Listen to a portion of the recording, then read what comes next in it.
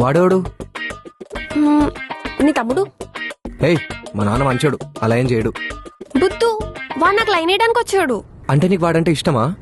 వీడు వాడి కంటే పెద్ద నిబ్బాలా ఉన్నాడే. అసలు ఈ నిబ్బా ఎవడు? వాడెవడోలే. ఇదంతా కాదు, వాడికి ఎలా తెలుసు? నాకు ప్రపోజ్ చేయడానికి వచ్చాడు. నీ కాంపిటీషన్. లేదు లేదు, నీ మనసులో నేనే ఉన్నా, ఇంకెవరూ లేరు, నాకు తెలుసు. మరి తెలుసు కూడా ఇలాంటివి ఎందుకు ఆలోచిస్తూ ఉంటావు? అదే పూజ అయితే ఇలాంటి క్వశ్చన్స్ ఏం అడగదు. సరే, ఇంక నేను ఏమన్నా. ఏమనక్కర్లేదు, నీ ఫేస్ లోనే కనిపిస్తుంది. ఏం లేదు. పర్లేదు చెప్పు, నా దగ్గర కూడా మొహమాట ఎందుకు?